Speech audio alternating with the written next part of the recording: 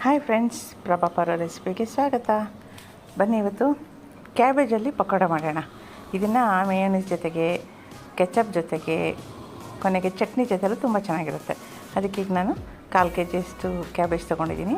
ಅದನ್ನ ಈ ಥರ ಸಣ್ಣಕ್ಕೆ ಉದ್ದುದ್ದಕ್ಕೆ ಪುಡಿಯಾಗಿ ಹೆಚ್ಚಿಟ್ಕೊಳ್ಳೋಣ.